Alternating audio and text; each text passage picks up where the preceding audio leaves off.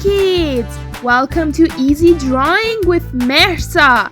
Today we are going to draw in color slippers. So let's start drawing together. To start, I'm going to draw a cute flower.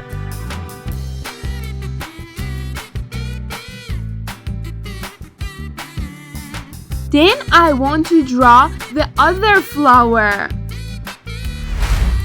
And now I want to draw the whole shape of our slippers.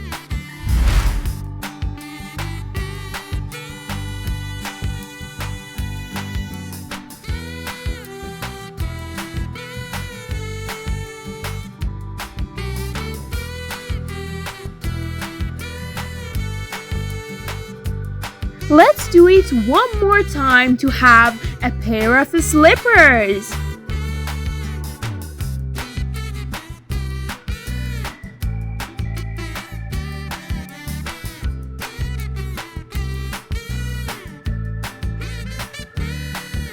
Amazing! Now let's start coloring. To coloring, I'm going to use the rainbow colors. First, I'm gonna start with yellow. This is yellow. Hey, if you like my channel, then don't forget to subscribe and watch my other videos.